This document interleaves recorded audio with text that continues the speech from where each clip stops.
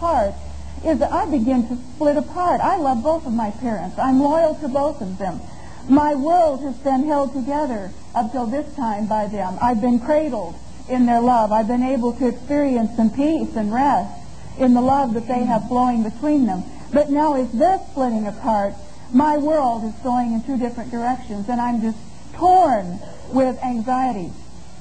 Their quarrels become worse, and pretty soon my father is just really blowing his temper, and I hear him hit my mother, and that's when I begin to make very angry, bitter judgments. Now, John is that little ball that's thrown against the wall. He's the seed that's sown into the soil of my life.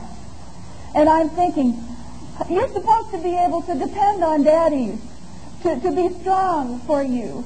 They're not supposed to lose their temper and blow up and lose control of their emotions.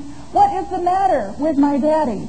Why can't he be strong for me anymore? I don't like him when he treats my mother this way.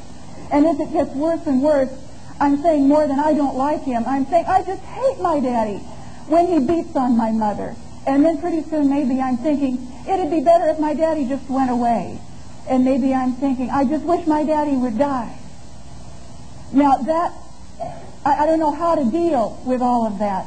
I stuff it down, I handle it, and I manage to survive. Years go on, and time mellows my daddy out. He grows up, he matures some, maybe he comes to the Lord. So now I'm an adult, and my recent memories of my father are quite different than my early memories, but I still haven't dealt with what I stuffed down into my heart. I still have the fear hidden in there that the man really can't be trusted not to explode and hurt you. And so one day, my husband comes home. I'm not aware that I have anything out there to read until John comes through the door, and I say, John, what on earth is the matter with you? You can see that it's raining out there, and the whole yard is muddy, and you tracked clear across that yard. You got mud all over your feet. I have been working all day long to clean up this house for you. I just got through scrubbing the kitchen floor. You tracked mud clear across my kitchen floor. I don't even know why I try anymore. I don't even do it for me. I do it for you so you'll have a beautiful place to live, and you don't appreciate a thing I do, and I don't even know why I try anymore. Why you try anymore? You don't care about me. I get up 7 in the morning. I go down to work every day. All I can think about is coming home and have a little peace and quiet. I come home, all I get is yap, yap, yap all the time when I come in the door. You don't care about me. You just love your floor. You didn't think about me at all, my fatigue. All you thought about is your floor. You don't love me at all. Yeah, love that floor. Whack.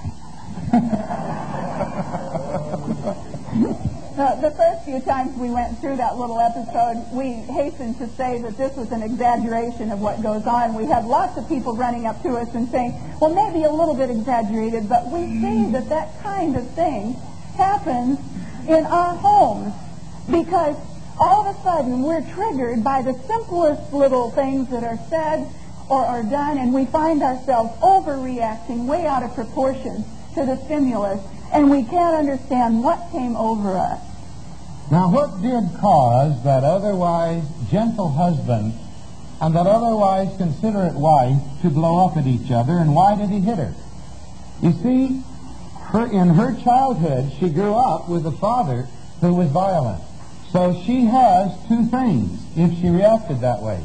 She has bitter-root expectancy, and so she expects that someday the man will be violent. So she's just broadcasting to him, I'm into that way, someday you're going to hit me, go on, you're going to do it someday. Now that doesn't have power to overcome him. But the law of God is absolute, and it's full of power. And she has sown a seed of dishonor, which has been out there ballooning. It must come back. She must reap it unless the cross of Christ intervenes. And so, for him not to hit her, that's what she's sown, that's what she must reap. So for him not to hit her means he has to stand against a 100-mile-an-hour gale pushing him someday to do it so she can reap what she's sown. Now, he can't just cop out and say, that awful woman, she made it happen to me because she was sure to reap that and I was just an innocent bystander. It happened to fall on me. We've had people come to us for counseling who tried to tell us that kind of thing. We didn't let them get by with it. in this little dramatization that we did, probably he was a man who grew up with a mother who, when she was very tired, hard-pressed, overtaxed with too many things to do, had within her the capacity to just blow up and vent her emotions, and they splashed all over the kids, and there was disruption and upset in the household, and he hated her for doing that again and again. So he was due to reap a wife who was capable of that kind of expression. It's one way of saying we deserved each other. We set one another up. You see, we always marry somebody with whom we are perfectly designed to grind.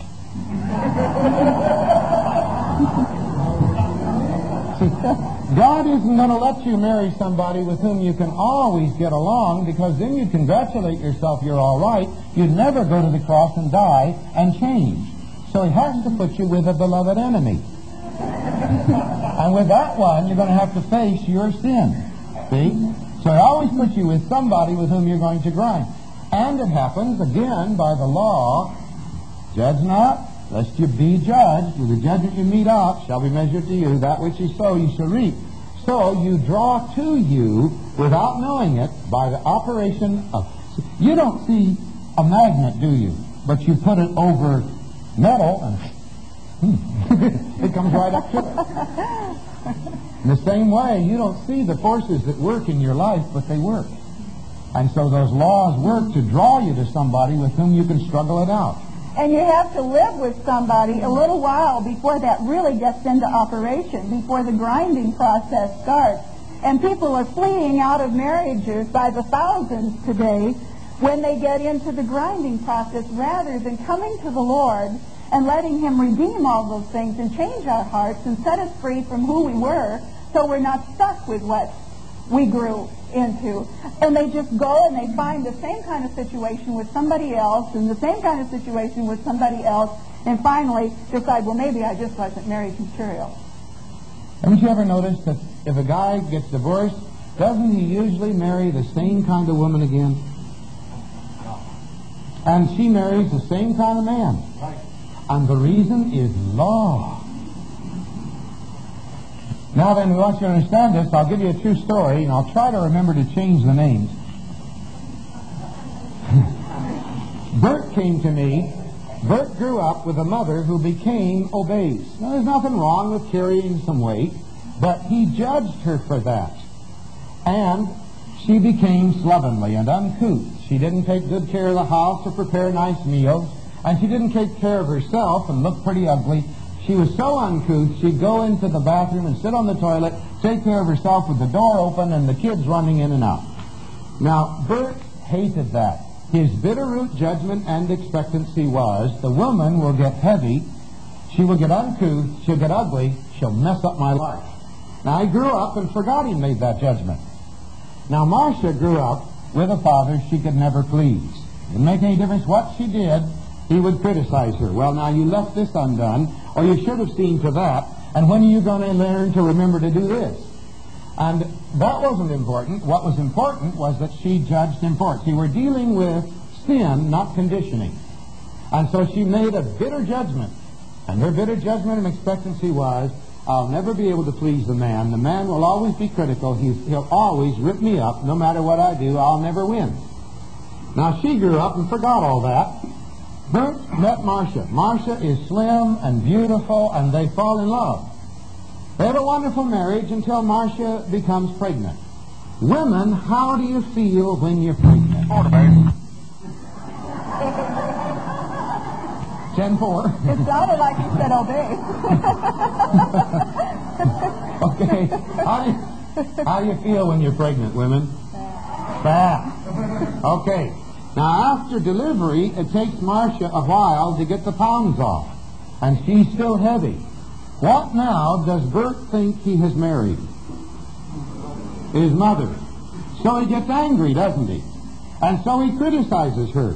That's already what she expected. That's what she was due to reap. But then when she's criticized, she doesn't feel so good about herself, so what does she do? Eat. When she eats, what happens? She gets fatter. When she gets fatter, what happens with Bert? Madder and criticizes more, so she So he, so she, so he, and after a while, he's living with a blimp and she's leaving with a demon. Now, what caused that? You see, in both of them was bitter root, judgment, and expectancy. And it drew the worst out of them. The question every couple has to ask, why doesn't the other one get better living with me? See? What happened was law operating. It was what she was due to reap.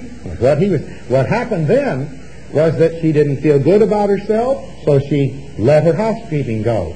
She felt worse about herself, so she let her face go. After a while, Bert lived with exactly what he had lived with his mother. By law. Now then, what's the answer? Christ is the answer. So what we did was to invite the Lord Jesus Christ to walk back inside their lives and say, now, Bert, will you forgive your mother? Marcia, will you forgive your dad? I pronounce you are forgiven for your resentments and bitternesses against your parents. Now that just takes care of the sins. There is a practice in the old nature. So Lord Jesus, will you take to the cross Bert's bitter root judgment and expectancy that Marcia will be heavy and fat and ruin his life. Bring that to death on the cross. Give him a new heart that it can expect her to be a blessing to him. Lord, take that bitter root judgment and expectancy which is in Marcia's heart, by which she expects and causes him, pushes him by law to be critical. Take that to the cross. Let it die there. We reckon it as dead on the cross, Romans 6:11. Give her a new heart that can expect Bert to appreciate her. Took a few years because it was deeply ingrained and they couldn't let it die very quickly. But now today, they are a loving couple. She's plump. She's never going to get thin again. But Bert loves his plump wife. And she adores this. He appreciates her. They're free of that pattern. I want to draw you another picture now. We tell you something, and then we tell you what we told you, and then finally you get it. This is Tom and Betty. All right, Tom has... Higher. Up here. That's the way. Tom has grown up in a fairly good family, but he has suffered injury. He's made rotten reactions to bad things. He's made rotten reactions to good things that have happened to him. He has, within his heart, judgments that are part of the treasure house of the heart that we read about in Luke 6. They're judgments that he hasn't yet dealt with. He also has expectations within him about how life will go. Those are a part of him, and everything that is in his heart affects his personality, his character. As the kids in our culture would say, he has certain vibes that come from him because of all these things that are inside of him. So there are his vibes.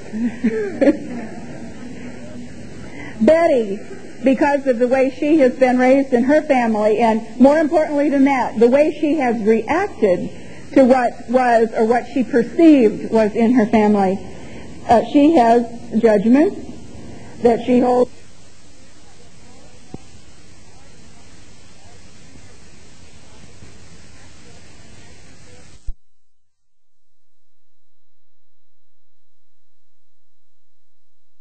When we're done, so that you can see how this operates. We have been married for 34 years, and we've raised 6 kids and 8 grandchildren. So